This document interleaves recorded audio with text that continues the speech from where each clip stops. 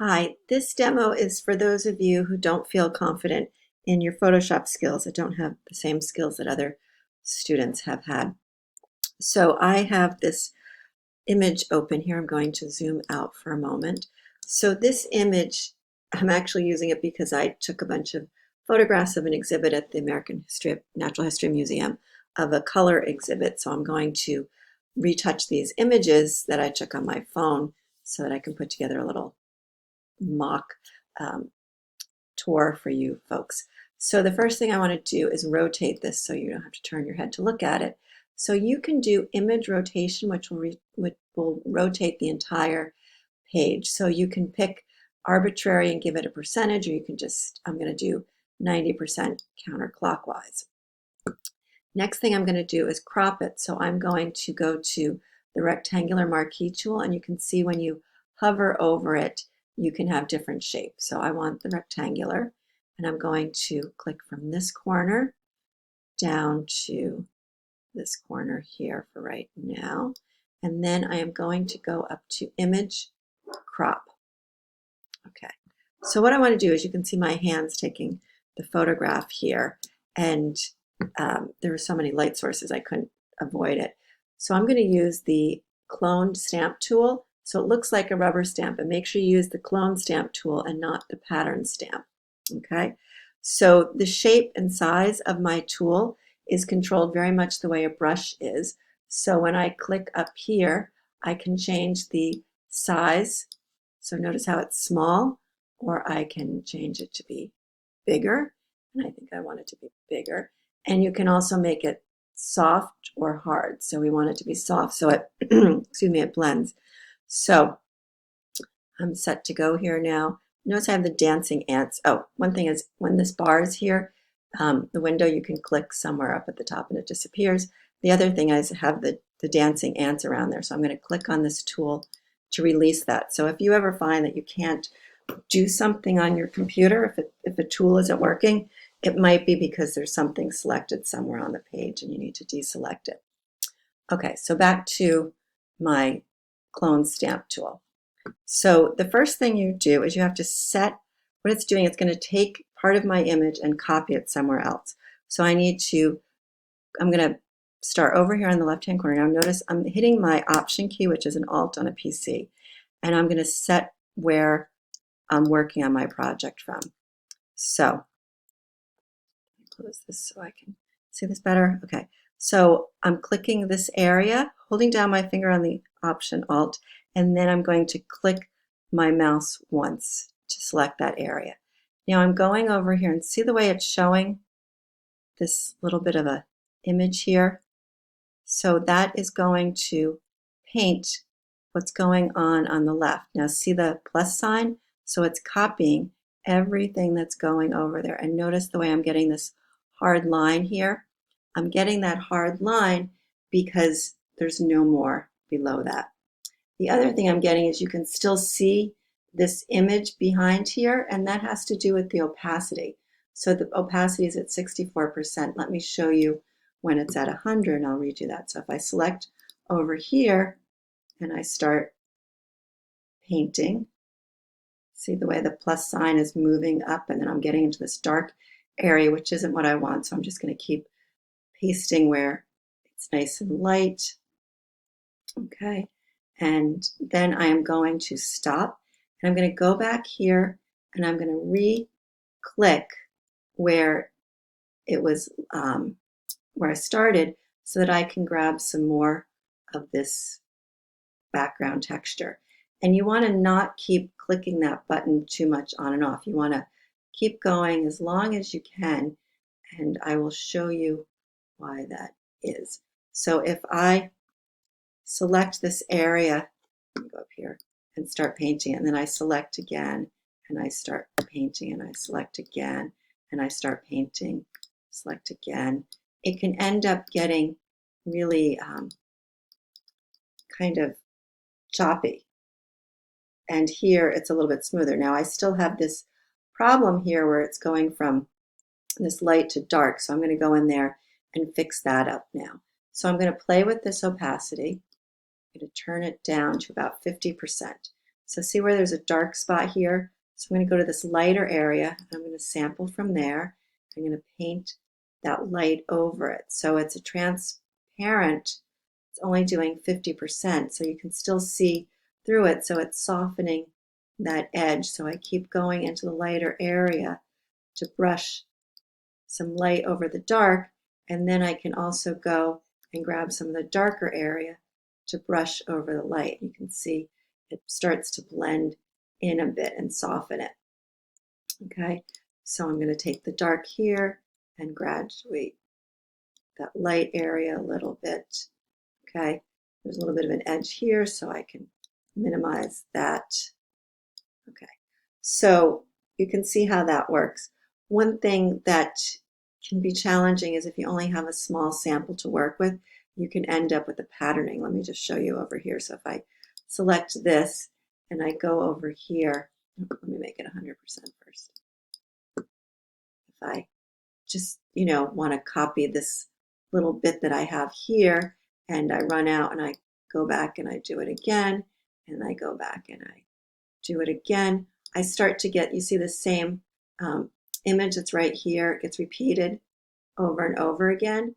And so that can, it can start to make it look like tile almost. So what you do is you would go in, and that one area that seems distinct, so you see it's sort of like these three little lines, I can go in there and just hide that area that's more distinct, and that helps to keep the patterning from being a problem. Another tool I want to show you, which is really great, is the self-healing tool. And so this can clean up little spots. So let me make it a little bit bigger and show you. What it does is it sees what's around, like see this little dark spot? It looks at what's around. It looks like I just made it black, but it just gets rid of that dot. So here there's another dot, so I do that. This is really good if you're retouching a photograph with lots of lint on the carpet. It just cleans it up. So see there's this little white dot there? It gets rid of it. So that's a really great tool. Another thing that you might want to use is dodge or burn. So dodging lightens something and burning makes it darker. So say I just wanted to lighten this area, that could be another option. Again, the brushes are the same, so I can make this bigger, right? And then I can change the hardness, and I have the exposure at 50%, which I think will be good. I click up at the box to get rid of that.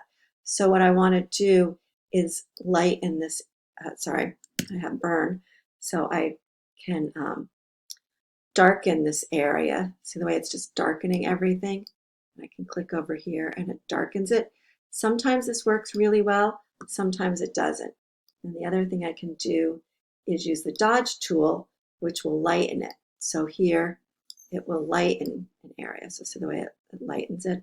So it's not the tool I would use on this project, but you can see how it can help you. Okay, so now another thing that you want to manage is the size of your image.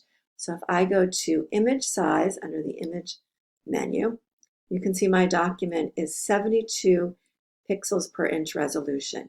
Now we generally like to work with 300. Okay, so now what happened was it made my document from 27 megabytes to 473 megabytes. I don't need this document to be almost 47 inches wide. So what I can do is unclick this resample button, and then it lets me change the size to, it makes it so that it keeps it 27 megabytes. So it's the same exact size. And so then if I want to go and change this to 8 inches, notice how it's changed the resolution. So I go back to that. So if I click the resample button, I can go in and make this 6 inches and have it 300 DPI and say okay. So it shrinks the whole file down slightly. Okay, so another tool that's really wonderful is the eyedropper tool. So if you need to select a color, you can just grab that color, and then if I took my paintbrush, then I can paint that color in, right? Or if I wanted to fill that color in with a shape, I can take a shape from over here, and I've got my eyedropper, so it's the foreground color there. So I can go and fill, or use the paint bucket to put color in there. Okay, so that's a good tool to have. Whoops. I need to unclick it so I don't keep putting boxes all over. One thing you need to realize is that this is a foreground and background color. So if I take my marquee tool here and I want to fill with that color, which is different than creating a shape, okay? So let me fill with my marquee tool. And so if I go to image, sorry, I want to go to edit fill, which it's not letting me do that right now because I'm not on the right layer. So when I made those two rectangles, it created a new layer, and I want to be on my background layer. And I'm going to fill this, so there it's showing up, fill with, so it can be the foreground color, it can be the background color, which would be white. I would say okay, or I'm going to Command Z for a moment. I could go and fill with my background color, but I could make it 50% if I wanted to as well. So you see it just put 50% of white in, which is different than, or let me show you with black. So if I were to go and put in 50%, sorry, I'm in the wrong, fill with black and do 50% black, it's transparent, okay? So I am going to stop this and come back with another document to show you more tips. I've opened up this board and I want to show you how you could take a Mondrian image and paste it on there. So I'm going to select my image and hit copy, and then go back to my board and paste. So notice when I paste a new image, it automatically creates a new layer. So every time you paste something in to a file, you create a new layer. I'm going to hit Command T and zoom out of here.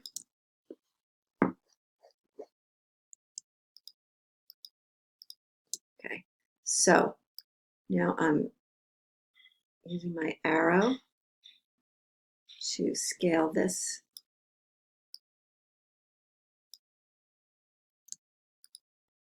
Zoom in again. It's being really pokey.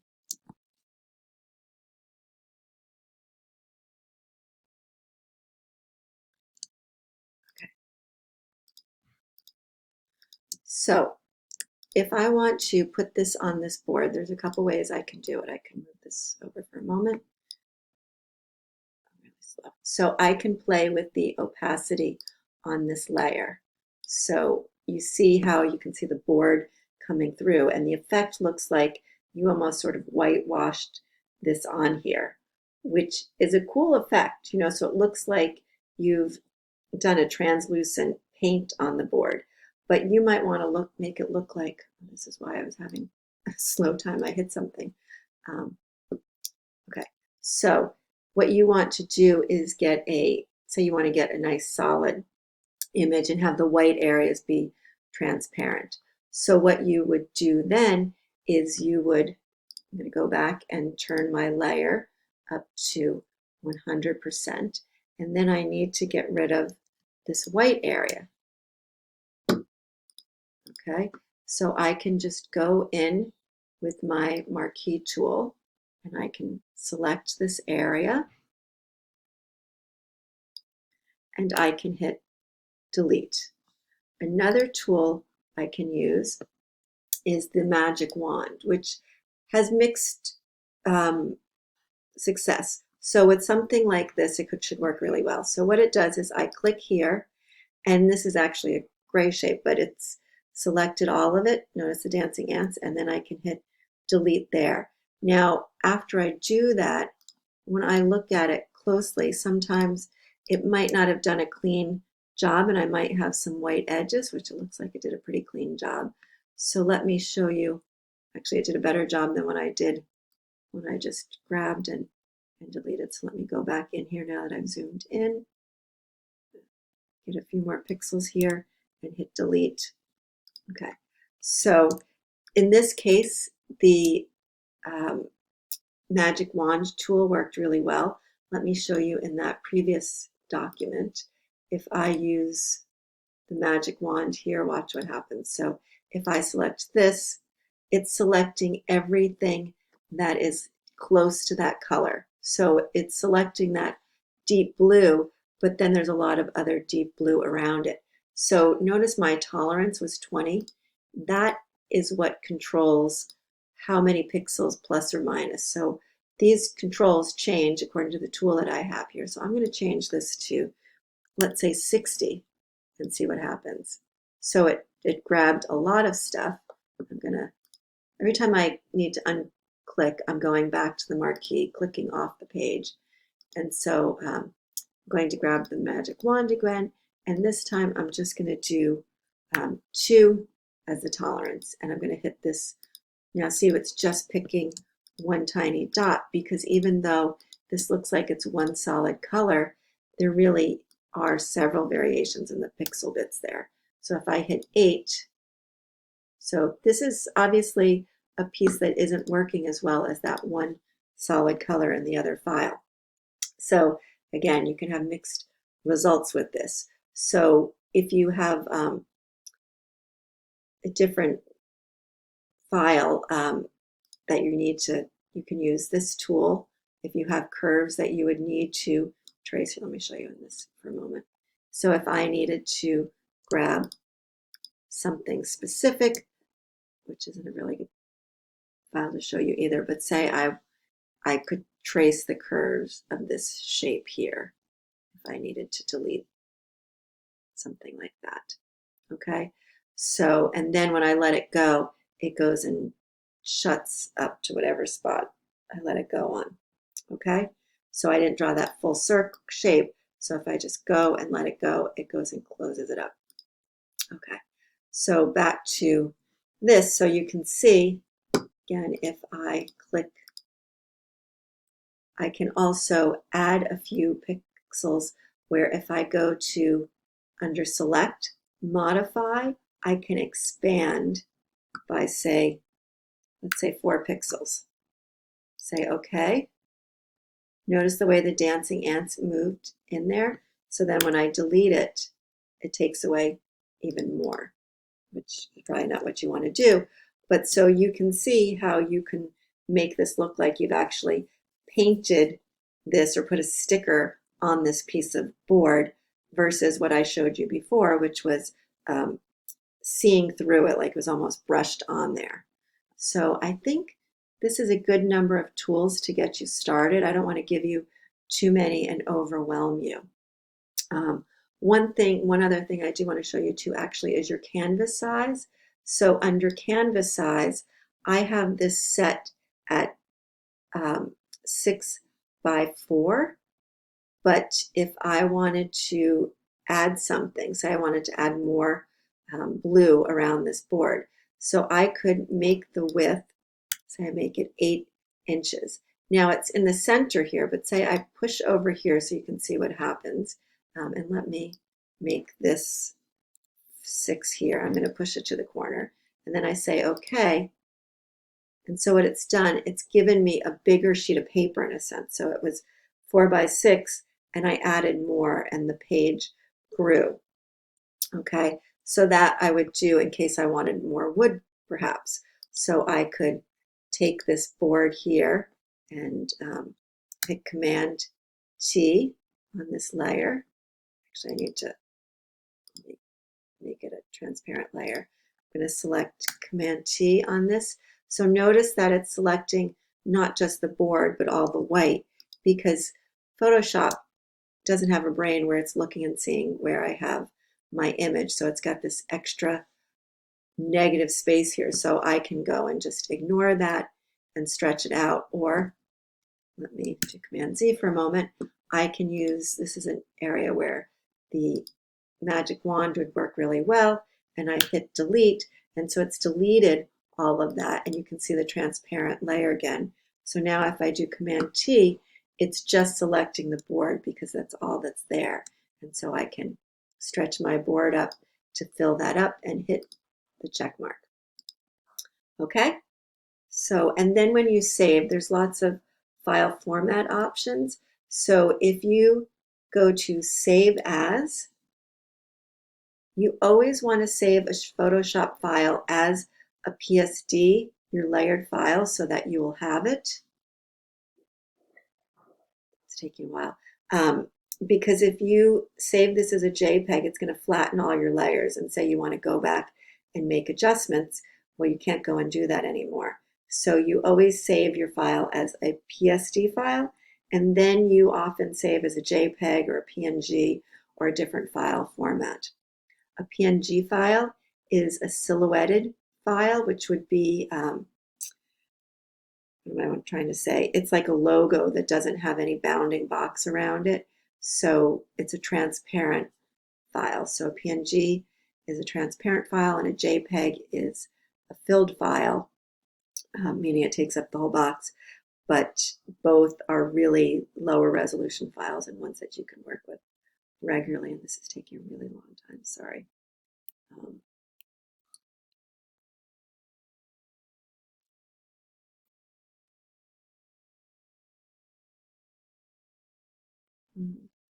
So when it shows up, you will just end up scrolling down to find the Photoshop PSD. This is crazy how long it's taking. I just stop and then I'll turn. The minute I hit the recorder to stop it, it came up. So this document window shows the name of my file, and you can change the name. And then you can also select where it's going to go. So you can change it to, say you want it to go to your general photo spot, or you can go over here and click a desktop, and then we keep the layers selected. So this Photoshop is a PSD file. So it doesn't say PSD on it, but it's the Photoshop PSD. So when I save it, see the way this says PSD. Okay, so now it's already saved as a PSD, so then I can save it as a JPEG file.